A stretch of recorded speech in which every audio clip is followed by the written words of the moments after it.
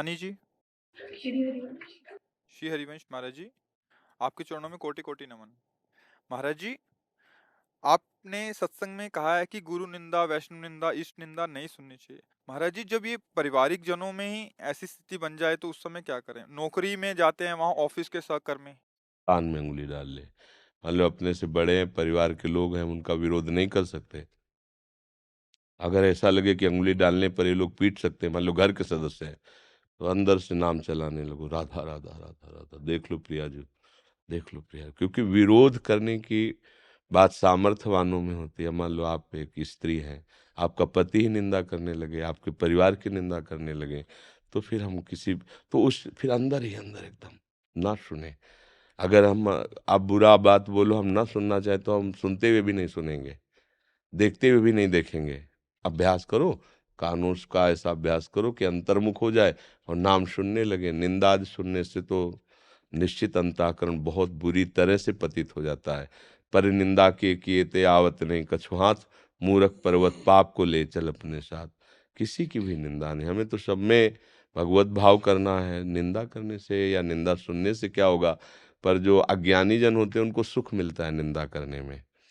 यद्यपि उनके अंदर भी महत्व होता है भगवान और भगवान के भक्तों का, क्योंकि निंदा उसी की जाती है जिस पर महत्व होता है।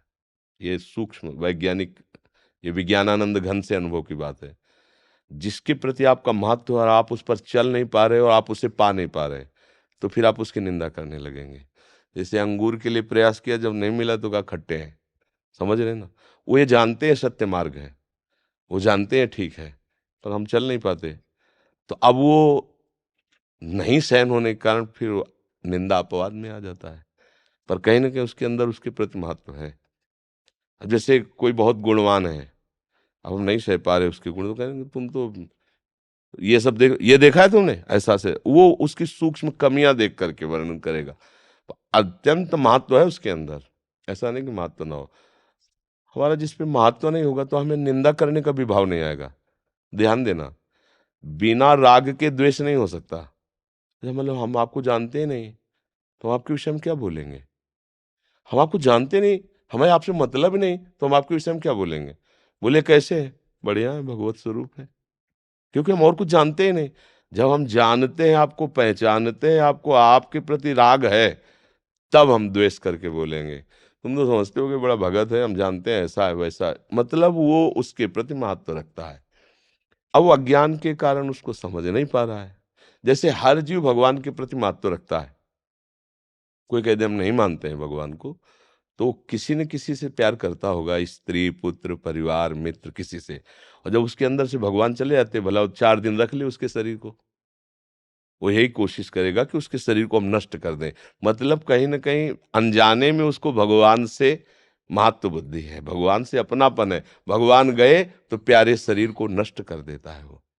ऐसे ही कहीं न कहीं निंदा करने वाला भी उस महत्व को जानता है, पर अज्ञान के कारण, वो न जानने के कारण वो ऐसे गलत कार्य कर बैठता है, ऐसा अपराध कर बैठता है कि उसका मलिन मन और मलिनता की तरफ चला जाता है।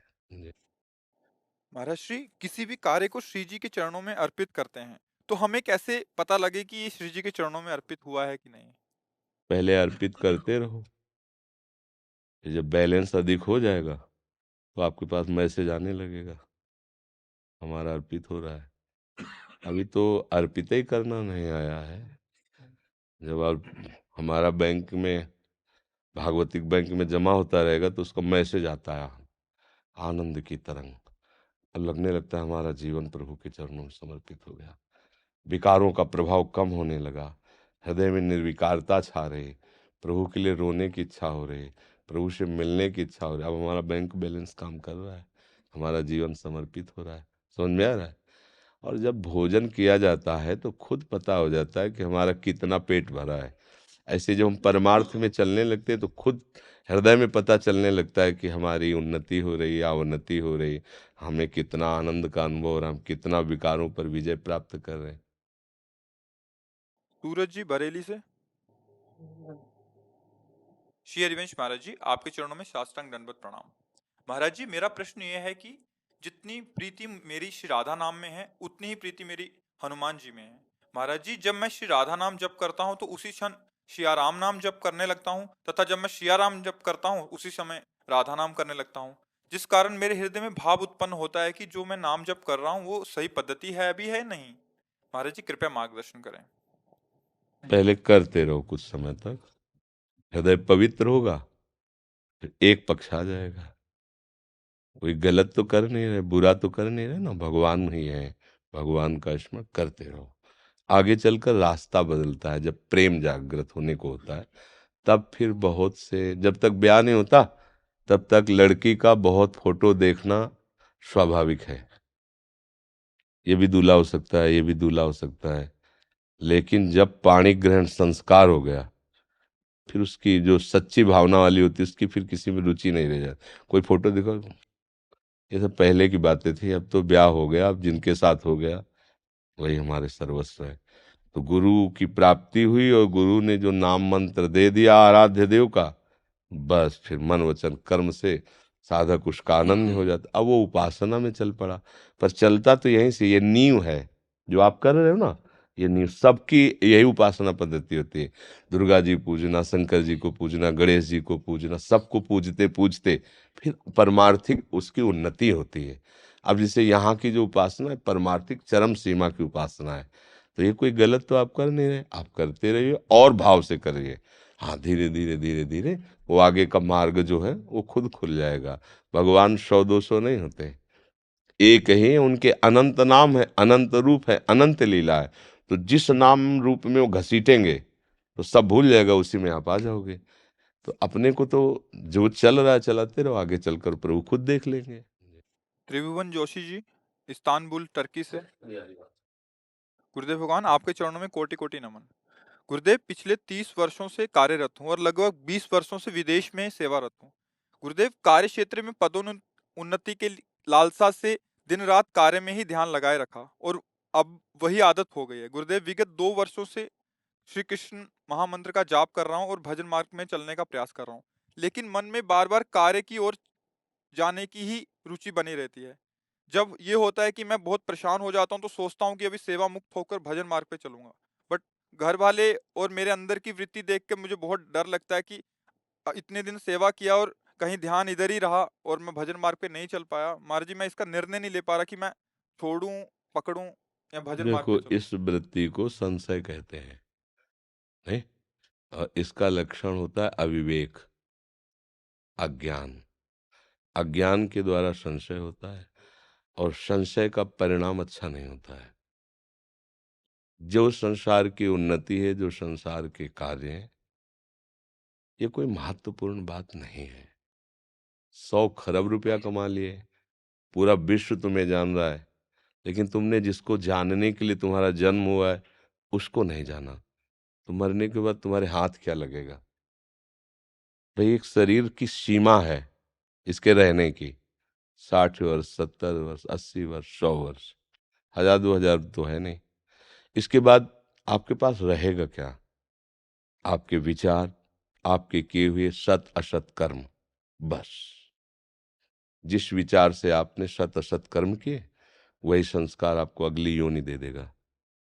आपका आज का पढ़ा लिखा, आज का पद, आज का व्यवहार, आज का यश, आज की संपत्ति आपके किसी काम नहीं आई। विचार पूर्वक समझ रहे ना? तो हमको थोड़ा विचार करना चाहिए कि जीवन का लाभ क्या है। अभी मतलब उस लाभ की तरफ हम देख नहीं पाए। जीवन का लाभ क्या है, सत्य क्या है, विश्राम कहाँ है, शांति किसे कहते हैं, सुख का स्वरूप क्या है। जब ये प्रश्न आपके अंदर खड़े होने लगे तब तो मार्ग खुले। अभी तो इन प्रश्नों का प्रादुर्भाव ही नहीं हुआ है, जिसे मुमुक्षुता कहते हैं। वहां तक पहुंचने के लिए मुमुक्षुता अनिवार्य है। मैं जानना चाहता हूं ये सब है क्या, कब तक? एक सामने केवल मानी संख्या मृत्यु, सब आपको शून्य नजर आएगा, सब शून्य। अभी आपकी मृत्यु हो जाए क्या पता, 100 वर्ष बाद हो क्या पता, उसके बाद क्या होगा। हमें अपने देश लौटना है, विदेश में हम कार्यरत हैं, लेकिन सरकारी आदमी हो करके, हम अपने देश के हैं, अपने सरकार के हैं, तो आपको जितनी सुविधाएं मिली उनका भोग कीजिए। परिणाम में आपको सरकारी सुविधाएं और मिलेंगी और सरकार आपको पदोन्नति देगी। ऐसा होता है ना, जब आप सरकारी आदमी बन के जाओगे, आप अपने पर्सनल से जाओगे तो हानि लाभ आपको भोगना पड़ेगा, और वहां से मकान तो उठा के लाओगे नहीं। ऐसे ही कुछ थोड़ा सा भावना बनाइए कि हम श्री भगवान के हैं, श्री कृष्ण के हैं, पूरा विश्व श्री कृष्ण का है। मुझे श्री कृष्ण की सेवा मिली है, अलग अलग सेवाओं के स्वरूप है। कोई व्यापार करता है, कोई नौकरी, लेकिन वो है ना भगवान की सृष्टि में। अगर उस सेवा को भगवान का मान लो, हर समय नाम जप करते रहो, और ये विचार करो कि यहाँ की उन्नति का कोई महत्व नहीं। भले किसी पद पर पहुंच जाओ, आपको गर्व नहीं होगा, बढ़िया जीवन चलेगा। यहाँ की संपत्ति का कोई महत्व नहीं है। संपत्ति सांसारिक भोग सामग्री देती है। भोग सामग्री इंद्रियों से भोगा जाता है। इंद्रियों से भोगा हुआ हर विषय मिथ्या है, स्वाप्निक है, उसका कोई महत्व नहीं। चूंकि ज्ञान नहीं, इसलिए वो बात समझ में नहीं आती। अब हमारा जीवन सही मार्ग पे आ जाएगा, कोई संशय नहीं रहेगा। हर क्रिया भगवान को समर्पित करो। पूरी सृष्टि श्री भगवान की है और मैं उनका एक सेवक हूँ। मुझे ये सेवा दी गई है, ईमानदारी से उस सेवा को भगवान की सेवा मान के करो और नाम जप करो। कुछ समय बाद आप, अगर जो हम कह रहे हैं इसे धारण करना, कुछ समय आप बाद देखना आपके अंदर संशय खत्म हो जाएगा। मैं प्रभु के योग्य नहीं हूं, पता नहीं मेरे विचार प्रभु से घिरा दे, तो सारी की सारी बातें आपकी सोचने की नहीं है। प्रभु कह रहे तुम तो केवल अनन्यस चिंतयन्तो माम ये जना परिपासते।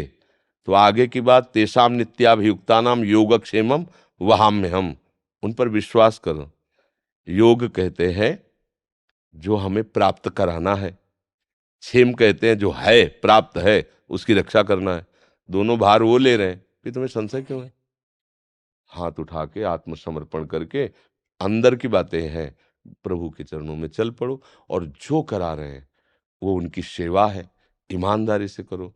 दूसरों का मंगल हो इस भावना से करो, दूसरों का हित हो, दूसरों को सुख पहुंचे हमारे द्वारा जितना अधिक से अधिक, अभी आनंद आ जाएगा। जब हम दूसरों से सुख लेने की भावना करते हैं और हम करते हैं, तो कर्ता भोक्ता भाव अशांति दुख ही देता है। चाहे जितना बड़ा कार्य हो, उसका परिणाम अशांति और दुख होता है।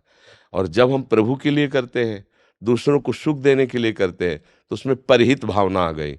परहित सरिस धर्म नहीं भाई, इससे बड़ा कोई धर्म नहीं। तो उसका हृदय आनंदित होने लगता है, उसे भगवत कृपा का अनुभव होने लगता है। चलो, आप पर अभी कृपा है कि आपकी बुद्धि काम कर रही है, नहीं तो ऐसा भी नशा चाहता है लोक सम्मान का, लोकप्रियता का, अर्थ आदि का, कि भगवान है भी, ऐसी मान्यता भी उसके हृदय में नहीं रहती, और बहता चला जाता है माया के प्रवाह में। कम से कम आपके अंदर भी विचार है, पर ये संशय ठीक नहीं है। इसको, संशय को विवेक के द्वारा नष्ट करो। होए विवेक तो मोह भ्रम भागा। मोह ही तो संशय, अज्ञान ही तो संशय, मोह अज्ञान एक ही शब्द है। और विवेक बाजार में मिलता नहीं है, संतों के पास मिलता है। और संत संग भगवत कृपा का प्रतीक है। बिनु हरि कृपा मिले निसंता, और बिन संत संग विवेक न होई राम कृपा। मतलब इसके मतलब आपके ऊपर भगवान की कृपा है, आप स्वीकार करो। जिन्होंने आपको यहाँ तक पहुंचाया है वही आगे तक पहुंचाएंगे। और मन में संशय को तो रद्दी कर दो एकदम। हम संशय क्यों करें? हमारे भगवान सर्वज्ञ है, तो हमारी बात जानते हैं। सर्वत्र है तो हमारे पास है, सब में है तो हम में है, सब समय में है तो इस समय भी है। मैं संशय क्यों करूं? सर्वज्ञ है, सर्वशक्तिमान है, सर्वत्र है, हमारे प्रभु हैं। अच्छा, आप उनसे प्यार करते हो, आपसे प्यार करते हैं कि नहीं? तो हमें संशय है कि आप प्यार करते हो कि नहीं, लेकिन वो प्यार करते हैं पक्का प्रमाण है। आपको आज भी वो बहुत प्यार करते हैं, क्योंकि अगर वो प्यार न करते होते तो न श्रीधामा पाते न आप संभाल। वो प्यार न करते होते तो आप उनको ले ही नहीं सकते थे। वो प्यार न करते तो आप एक बार कृष्ण नहीं बोल सकते थे। उनकी तरफ से प्यार सुरक्षित है, आपकी तरफ से जो बटा हुआ है उसको समेट के उनकी तरफ कर लो, तो सन्मुख होए जीव मोहि जमहि, जन्म कोट यज्ञ नाश हो। करोड़ों जन्मों के पाप मैं नष्ट कर दूंगा, भगवान कह रहे हैं, और वही नष्ट कर सकते हैं। बस आनंदित रहो, संशय मत करो, खूब नाम जप।